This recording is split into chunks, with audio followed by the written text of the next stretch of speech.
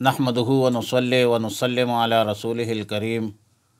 اما بعد فاعوذ باللہ من الشیطان الرجیم بسم اللہ الرحمن الرحیم ونجیناہ ولوطا الی الارض التي بارکنا فیہا للعالمین۔ پارہ نمبر 15 سورۃ الانبیاء، رکوع نمبر 5، آیت نمبر 71 تا 75۔ مذکورہ آیتوں میں سیدنا ابراہیم علیہ السلام اور سیدنا لوط علیہ السلام کا واقعہ مذکور ہے۔ سیدنا ابراہیم علیہ السلام پر خصوصی انعامات کا تذکرہ ہے اور قوم لوط کی تباہی، بربادی اور نزول عذاب کا ذکر ہے۔ فرمایا وَنَجَّيْنَاهُ، اور ہم نے نجات دی ابراہیم علیہ السلام کو، وَلُوطًا، اور لوط علیہ السلام کو، إِلَى الْأَرْضِ الَّتِي، اس زمین کی طرف، بارکنا فیہا، کہ برکت رکھی ہے ہم نے، فیہا، اس زمین میں، للعالمین، اہل عالم کے لیے، پورے عالم کے لیے، للعالمین، اہل عالم کے لیے۔ وَوَهَبْنَا، اور عطا کی ہم نے، لہو، ابراہیم علیہ السلام کو، اسحاق علیہ السلام، ویعقوب، یعقوب علیہ السلام، نافلتاً، انعام کے طور پر، وکلاً، اور ہر ایک کو، سب کو، جعلنا، ہم نے بنایا، لصالحین، صالح، وجعلناہم، اور بنایا ہم نے ان کو، ائمۃً، پیشوا، یہدون بامرنا، کہ وہ ہدایت کرتے تھے ہمارے حکم سے، وأوحینا الیہم، اور ہم نے وحی کی ان کی طرف، فعل الخیرات، نیکی کے کاموں کی، وإقام الصلاۃ، اور نماز قائم کرنے کی، وإیتاء الزکوٰۃ، اور زکوٰۃ ادا کرنے کی، وکانوا، اور وہ ہوتے، لنا، ہمارے لیے، عابدین، فرمان بردار۔ ولوطاً، اور لوط علیہ السلام کو، آتیناہ، ہم نے دی، حکماً، حکمت، وعلماً، اور علم، ونجیناہ، اور ہم نے نجات دی ان کو، من القریۃ التی، اس بستی سے، التی کانت تعمل الخبائث، جس کے رہنے والے ناپاک کام کرتے تھے، انہم کانوا، بلا شبہ وہ تھے، کانوا تھے، قوماً، قوم سوء، ایسی بری قوم کہ فاسقین، نافرمان تھے۔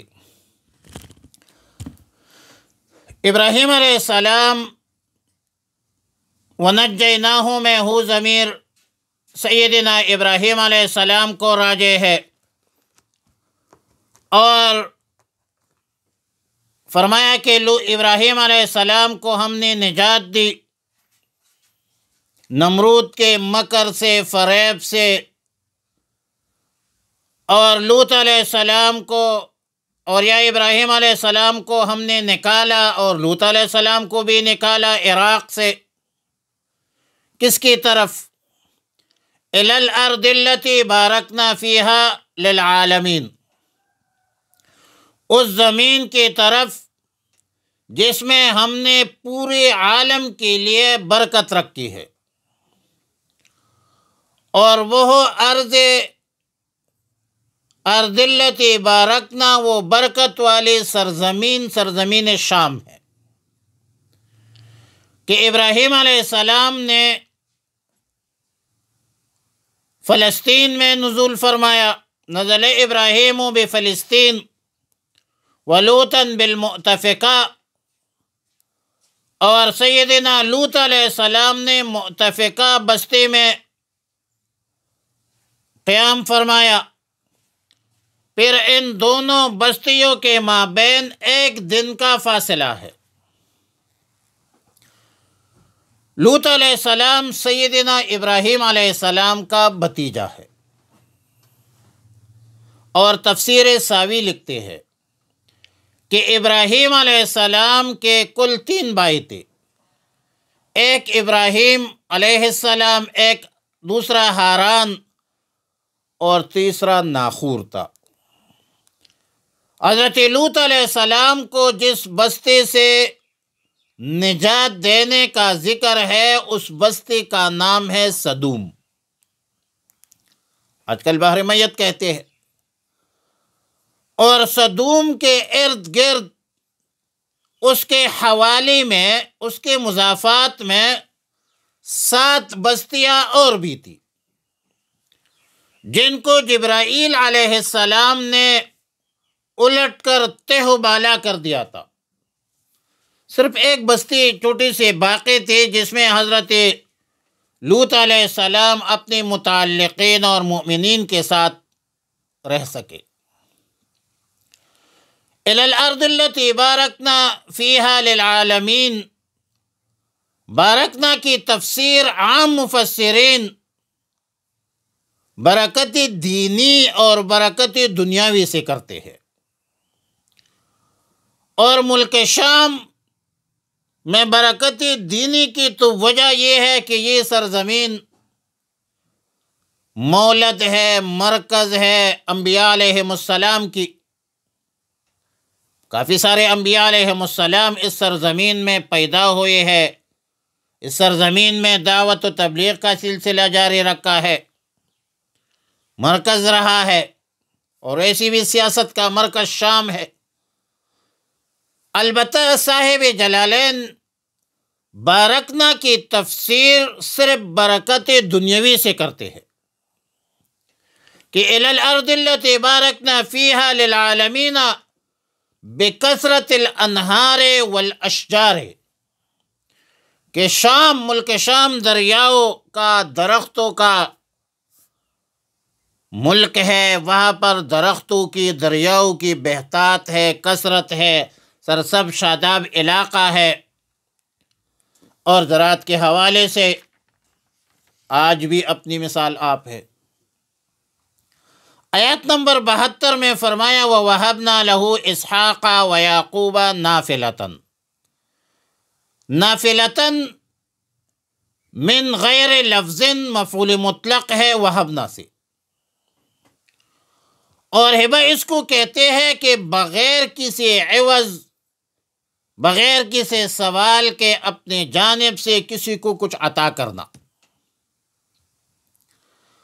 اور نفل بھی بغیر عوض کے کچھ زیادہ دینے کو کہا جاتا ہے۔ سیدنا یعقوب علیہ السلام کے لیے نافلتاً کا لفظ اس اساس اور بنیاد پر استعمال ہوا، یا نافلتاً سے، لفظ نافلتاً سے اسی لیے تعبیر کیا کہ ابراہیم علیہ السلام نے دعا کی تھی اپنی اولاد کے لیے، سورہ صافات میں ہے رب ہب لی من الصالحین، اولاد کے لیے دعا نہیں مانگی تھی۔ یعقوب علیہ السلام تو پوتا ہے ابراہیم علیہ السلام کا، اسحاق علیہ السلام بیٹا ہے، اسماعیل علیہ السلام بیٹا ہے، لہذا پوتے کی شکل میں یعقوب علیہ السلام عطا کی، اور یہ نافلتاً ہے کہ درخواست اور سے زیادہ عطا کا۔ مفسرین لکھتے ہیں کہ ابراہیم علیہ السلام کی جو جدوجہد تھی دعوتی، اور قوم نے جو رد عمل دیا، ابراہیم علیہ السلام نے جس جرأت، بہادری، استقامت اور جرأت کے ساتھ اللہ کی توحید بیان کی، موحد اعظم تھا، مطلب اپنی فیملی سے، باپ سے، بادشاہ وقت سے ٹکر لی، اللہ تعالیٰ نے 6 انعامات سے نوازا، بڑے بڑے احسانات کی، اور اس آیت میں اس کا تذکرہ ہے، اور بھی بہت احسانات ہیں، لیکن مذکورہ آیتوں میں 6 انعامات کا تذکرہ ہے۔ پہلا احسان یہ کیا کہ بادشاہ وقت سے، ظالم بادشاہ سے، مشرک بادشاہ سے ٹکر لی،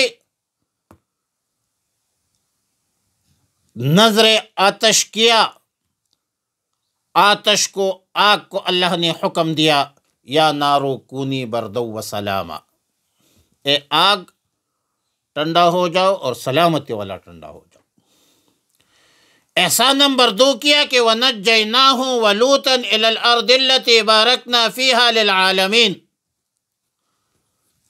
ارض شام کی طرف آئے۔ تیسرا احسان کیا، یہ کیا کہ وَوَهَبْنَا لَهُ إِسْحَاقَ وَيَعْقُوبَ نَافِلَةً، اب ظاہر ہے کہ یعقوب علیہ السلام کا اصل کا لقب جو ہے وہ تو اسرائیل ہے، یہ جتنے بھی بنی اسرائیل ہے سب یعقوب علیہ السلام کی اولاد ہے۔ یا بنی اسرائیل کا ترجمہ یہ ہے کہ یا بنی اسرائیل اے اولاد یعقوب۔ اور احسان نمبر 4 یہ کیا کہ وَكُلًّا جَعَلْنَا صَالِحِينَ، سب نیک تھے، انبیاء تھے، سب تو نہیں تھے لیکن اکثریت انبیاء تھی اولاد میں سے، اور ابراہیم علیہ السلام کے تو دونوں بیٹے انبیاء تھے، پوتا بھی نبی تھا، پوتے کا پرپوتا وہ بھی نبی تھا، ابراہیم علیہ السلام بھی نبی، اسحاق علیہ السلام بھی نبی، یعقوب علیہ السلام بھی نبی، یوسف علیہ السلام بھی نبی۔ اور پھر 5واں احسان یہ کیا کہ وَجَعَلْنَاهُمْ أَئِمَّةً يَهْدُونَ بِأَمْرِنَا، سب عالمی انسانیت کو ہدایت کی دعوت دیتے تھے، اللہ کی طرف بلاتے تھے۔ اور 6واں احسان یہ کیا وَأَوْحَيْنَا إِلَيْهِمْ فِعْلَ الْخَيْرَاتِ، نے اچھی اموروں کی وحی کی ان کی طرف، نماز، زکوٰۃ، اچھے کام،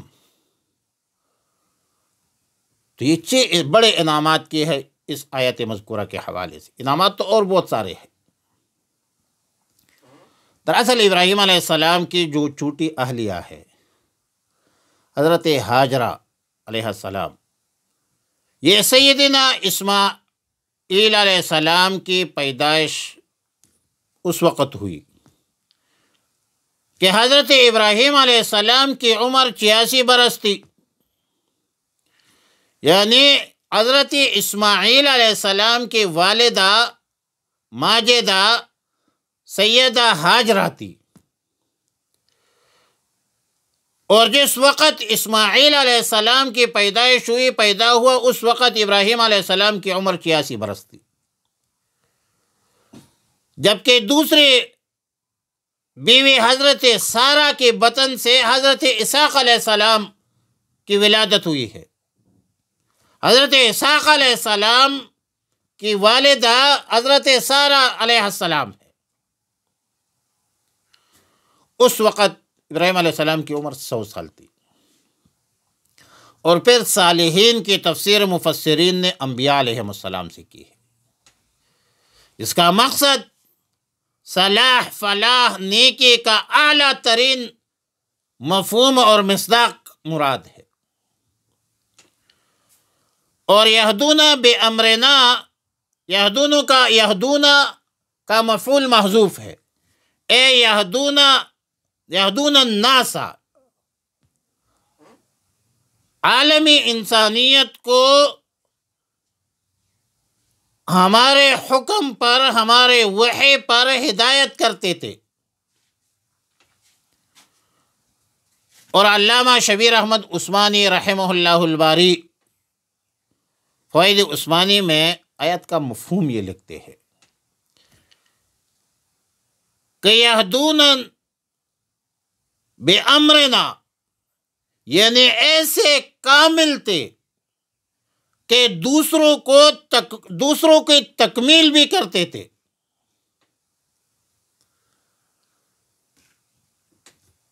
امرنا کے بعد الی دیننا کی تقدیر بھی مفسرین نکالتے ہیں کہ ہدایت کے مفعول ثانی جو ہے اس کی وضاحت ہو جائے، تو جو ہدایت تھی دین کی طرف لوگوں کو بلانا اور لوگوں کی انسانیت کی تخلیق کے مقصد کی تکمیل کرنا، یہ انبیاء علیہ السلام کا، کیونکہ انسانیت کی تخلیق کا مقصد کیا ہے؟ اللہ کی عبادت ہے۔ وما خلقت الجن والانس الا لیعبدون۔ اللہ کے بندوں کو اللہ کے بندے بنانا، بندوں کے بندگی سے، مخلوق کے بندگی سے اللہ کے بندوں کو نکال کر اللہ کا بندہ بنانا، اور پھر وَأَوْحَيْنَا إِلَيْهِمْ فِعْلَ الْخَيْرَاتِ، ہم نے ان کی طرف امور خیر کی تاکید کی کہ اچھے کاموں کی طرف لوگوں کو بلاؤ، خود بھی عمل کرو، وَكَانُوا لَنَا عَابِدِينَ، اور وہ شب روز ہماری بندگی میں لگے رہتے تھے، کسی دوسرے چیزوں کی طرف آنکھ اٹھا کر نہیں دیکھتے تھے۔ اور ظاہر ہے کہ انبیاء علیہ السلام کی شان اور مقام یہ ہے کہ ہر کام اللہ کی رضا اور خوشنودی کے لیے کرتے ہیں۔ وَأَوْحَيْنَا إِلَيْهِمْ فِعْلَ الْخَيْرَاتِ، یہ کمال علمی ہے۔ وَكَانُوا لَنَا عَابِدِينَ، یہ کمال عملی ہے، اور مقصد یہ ہے کہ انبیاء علیہ السلام داعی تھے، اللہ کی طرف لوگوں کو بلاتے تھے، توحید کی طرف لوگوں کو بلاتے تھے، عبادت کی طرف لوگوں کو بلاتے تھے، جو انسانیت کا اہم مقصد ہے۔ وما خلقت الجن والانس، انسانیت اپنے مقصد تخلیق سے دور ہو جائے تو وہاں پر فتنہ اور فساد کھڑا ہوتا ہے۔ آیت نمبر 74 میں فرمایا وَلُوطًا آتَيْنَاهُ حُكْمًا وَعِلْمًا، لوط علیہ السلام کو ہم نے حکمت دی تھی، سمجھ بوجھ دی تھی، ہم نے اس بستی سے نکالا جو گندے لوگ تھے، جو گندے کام کرتے تھے۔ انہم کانوا قوم سوء انہم کانوا قوم سوء فاسقین، سوء مصدر ہے ساء سے، جس کا معنی ہے برا سلوک۔ رجل سوء برے آدمی کو کہتے ہیں، بد کردار مرد کو کہتے ہیں۔ قوم لوط کے اندر خباثت تھی، گندے کام کرتے تھے، ہم جنس پرستی، لواطت، یہ ڈھیلی پھینکنا، یہ کبوتر بازی، بدکاری وغیرہ گندے کاموں میں مصروف ہوتے تھے۔ اور ایک بات اور کہ القریہ سے مراد صدوم ہے، علاقہ متفقہ ہے، اور صدر مقام یہی صدوم ہے۔ وَأَدْخَلْنَاهُ فِي رَحْمَتِنَا إِنَّهُ مِنَ الصَّالِحِينَ۔ تفسیر خازن لکھتے ہیں کہ ادخال رحمت سے مراد اعطائے نبوت ہے، اور اکثر مفسرین اعطائے ثواب سے تعبیر کرتے ہیں، تفسیر کرتے ہیں۔